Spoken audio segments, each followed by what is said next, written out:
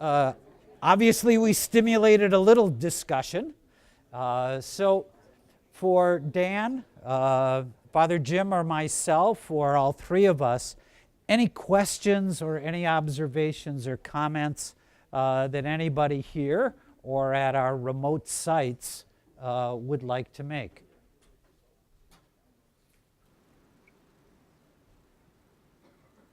There was a lot of energy flowing. I know there are questions and comments.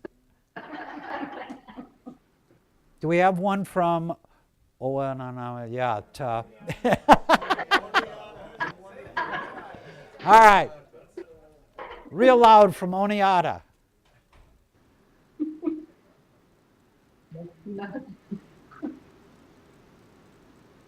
Yes, no?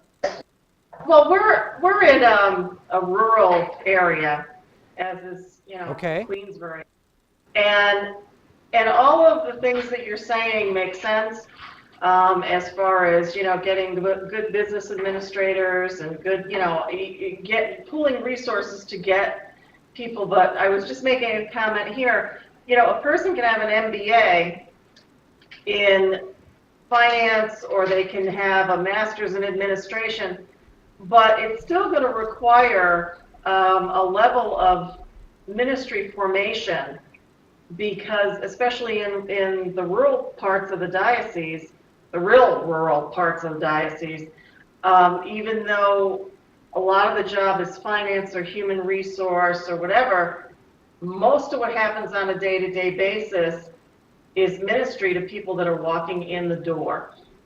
Mm-hmm. And so my concern is, as we move into any one of these models, is what kind of training is going to be available to, when you do find a good candidate, or to be a business manager, or to be that staff person in lieu of a pastor. What kind of training is going to be available to them to make sure that there is that balance between the skills and the degree and the ministry?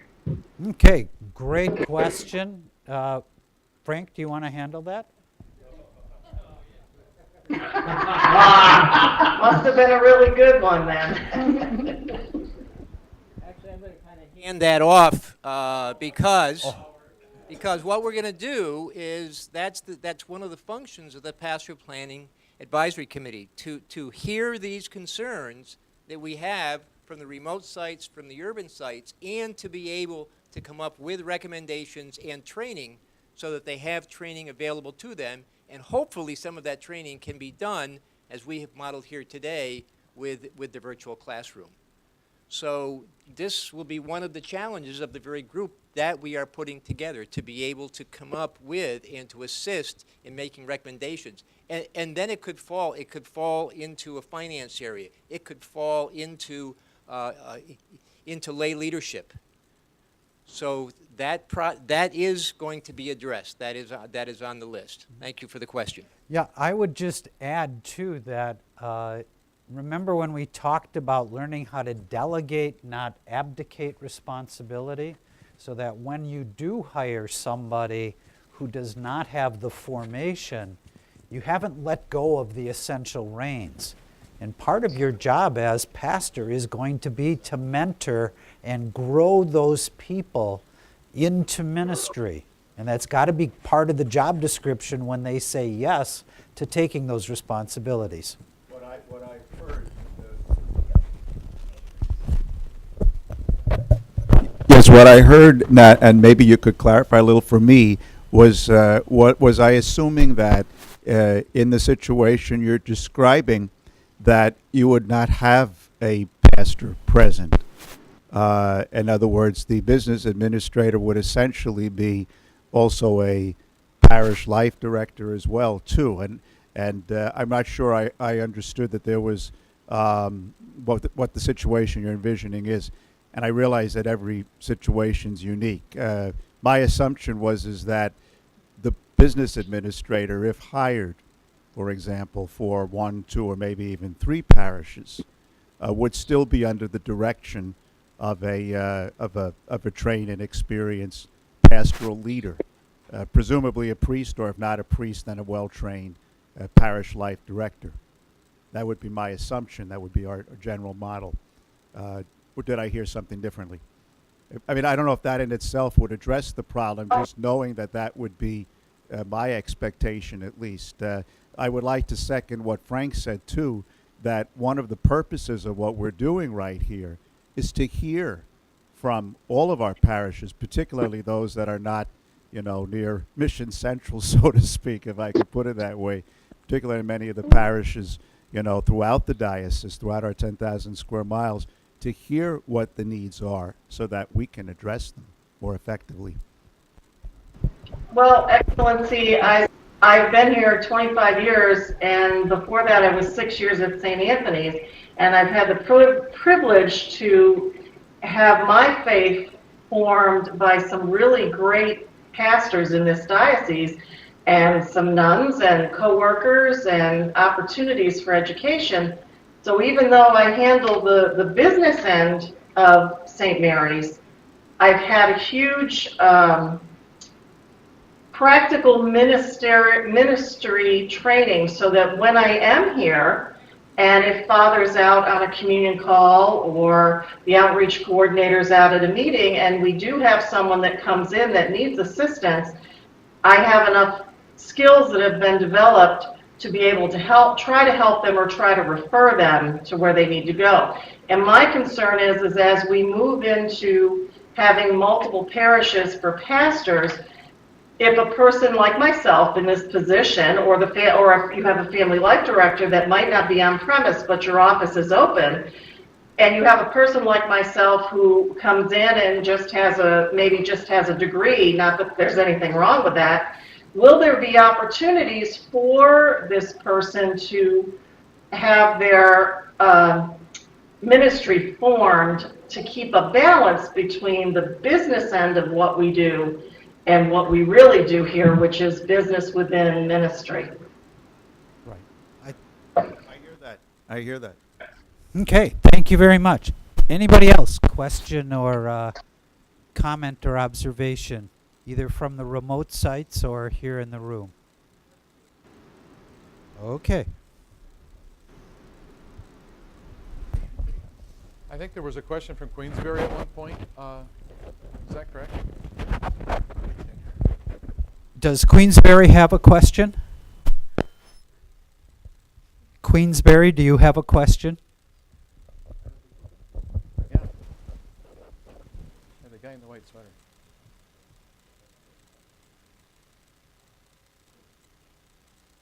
Hang on, okay, now you're on. Go ahead. Okay. Okay, we were I don't know asking. whether it's a question or comment. Guy sitting to my left. Right now, there's myself and another priest. Within 5 years, we're gonna be retired. The plan said he's gonna take care of all three places. What do we do to help? Okay, all right, we're going to have multiple inputs. The question was that the two priests in Queensbury, one of them is going to be retiring, and when he does, then the remaining priest is probably going to have three parishes. I can share from experience that at first glance, that's overwhelming, and it is going to be a challenge, but with a lot of prayer. And ideally, one of the policies I know we have in the Diocese of Green Bay is that where you have two priests that are serving communities and one is leaving, instead of rejoicing because now the budget can be cut, those funds must be used to hire additional staff to help the remaining priest. Now, what kind of staff? That obviously, based on the skills needs of the community, needs to be discerned and talked about. But it's one way to assist. Hopefully there are other ways that you can challenge the communities you're serving to step up to the plate and to assist in ways that maybe they aren't right now. So I don't know if, yes, way in the back?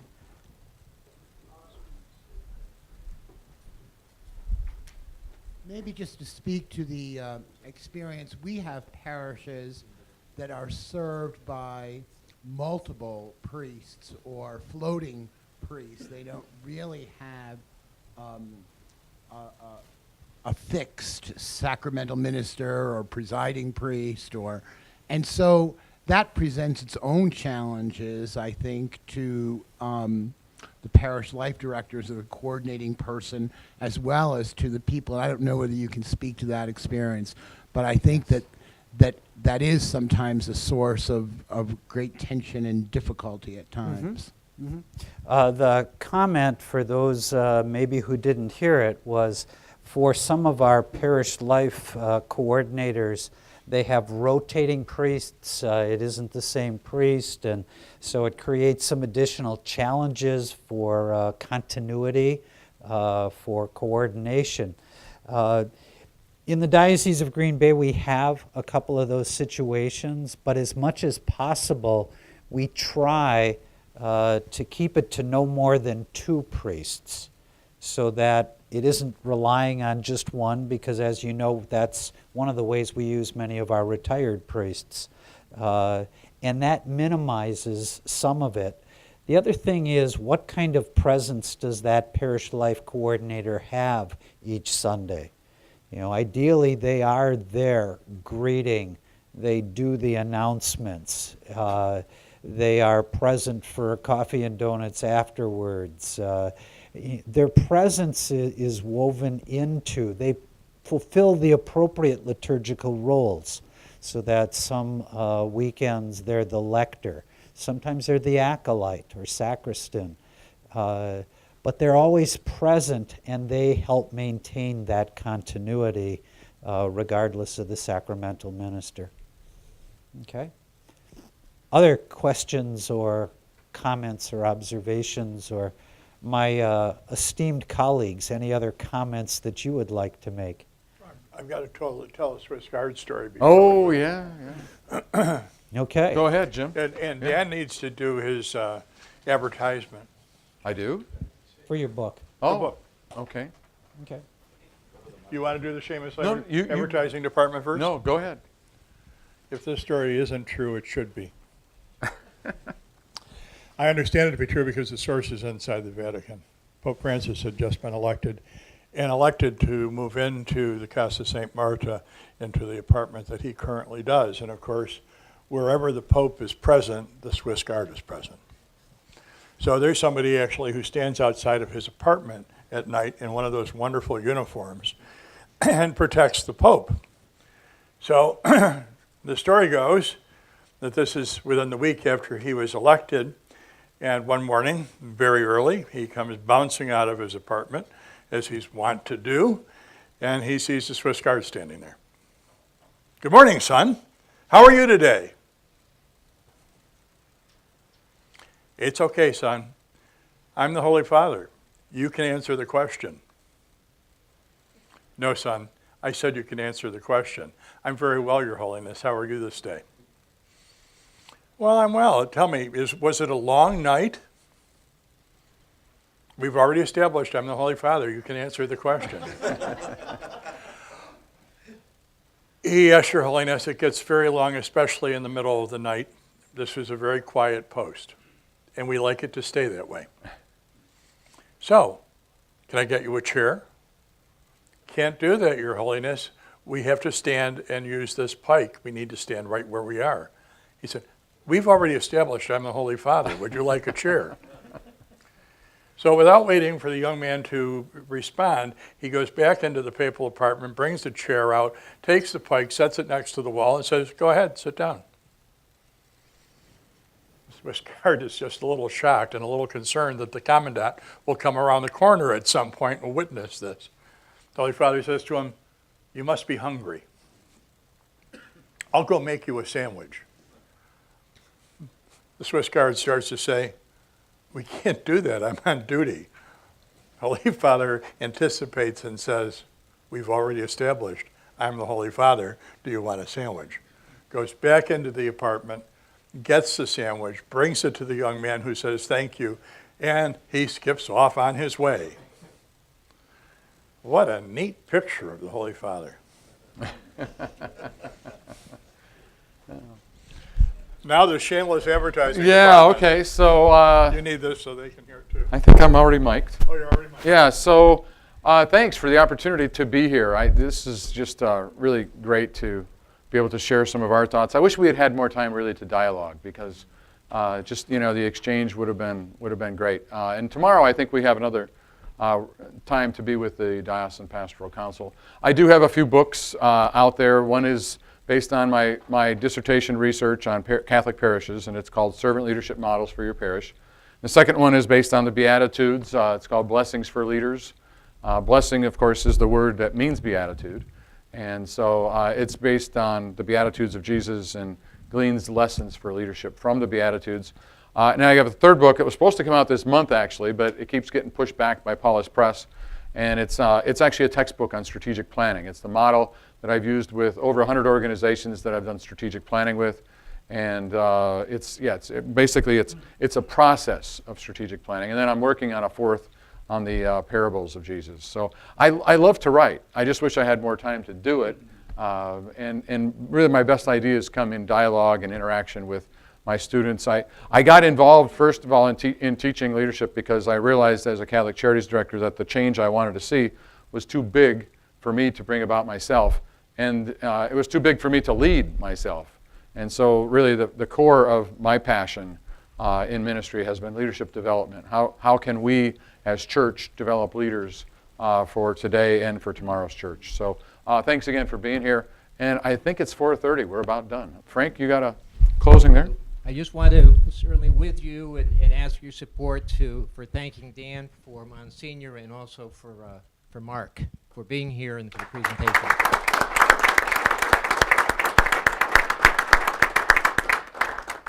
I also want to with you ask special thanks to the people from Hudson Valley and to Jerry's entire office for really making this opportunity a success.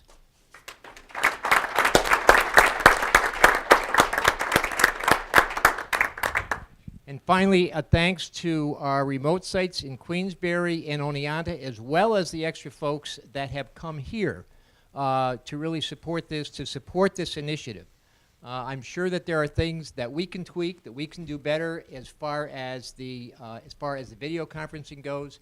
And as you've already heard, we are going to be working on doing things better as far as pastoral planning goes. So please give yourself a round of applause in all three sites.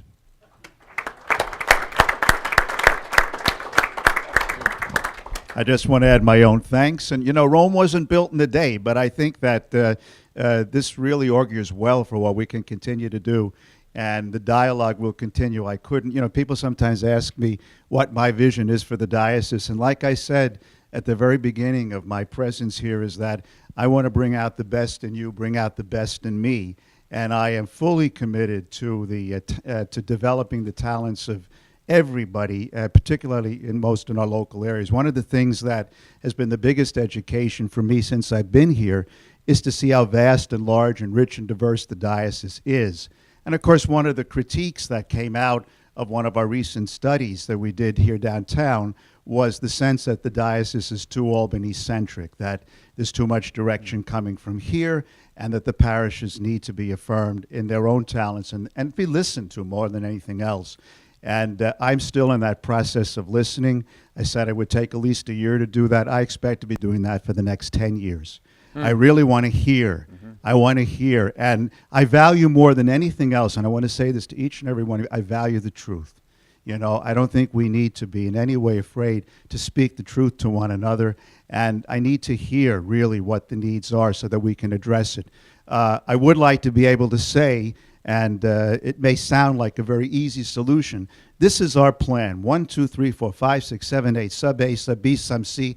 I'm not that German that, that I have to have a master plan, tell others what to do. I don't want to be a dictator. I want to be an enabler. And more than anything else, if there is a takeaway from this, at least for me, I really liked hearing that last, as Mark articulated it, that sense of us as a mosaic, that there are many, many clusters and sources of life among us. And the way they connect are by us helping to build the bridges among one another. In some ways, it reminds me a little bit of the parish that I had just left before I came here, St. Matthias in Ridgewood. When I was assigned to St. Matthias, I was told, guess what, Monsignor, you've got 3 parishes. You got a Polish parish, you got a Spanish parish, and then you've got everybody else, you know, Italian, German, and so forth, the original people that founded the parish. And then I began to find out that what is a Latino parish? You have Dominicans, you have Ecuadorians, you have Mexicans, you have Puerto Ricans, and they all have different cultures. So how are you going to build one parish out of all of these? And I have to admit, my first impulse, which turned out to be wrong, was to form a unity.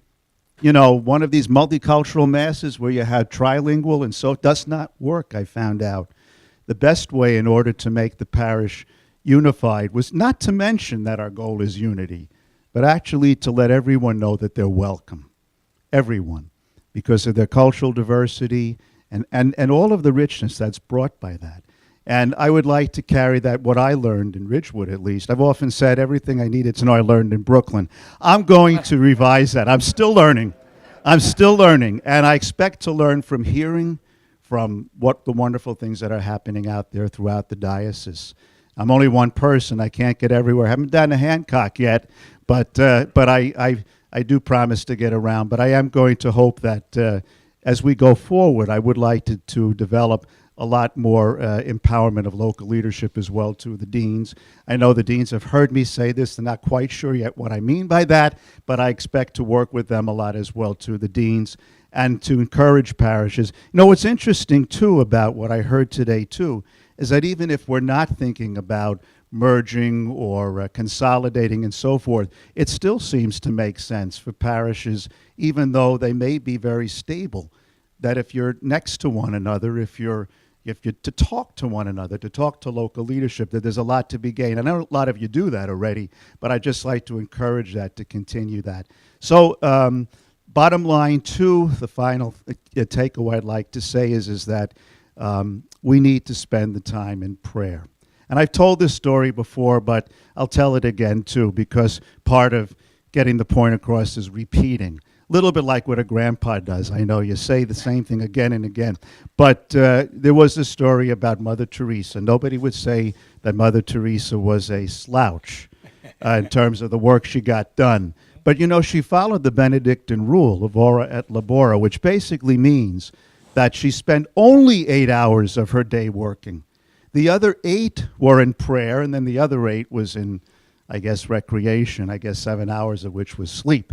But the point is that it's hard to believe that a woman who accomplished so much spent as much time in prayer as in work. Believe it or not. And she was sitting next to a priest, an esteemed Monsignor from some diocese, I guess in the United States, that was going to some convention or coming back from some convention. And she asked him about what he was doing. And of course, being a good listener, he went on and on about all of the wonderful things and all the meetings he was attending and all the courses that he took and all of the committees that he was a chairman of and all the wonderful things going on in the diocese and around the United States, till finally she said to him, "Now, Monsignor, do you ever have time to pray?" And he said, "Well, you know, that is sometimes my biggest challenge."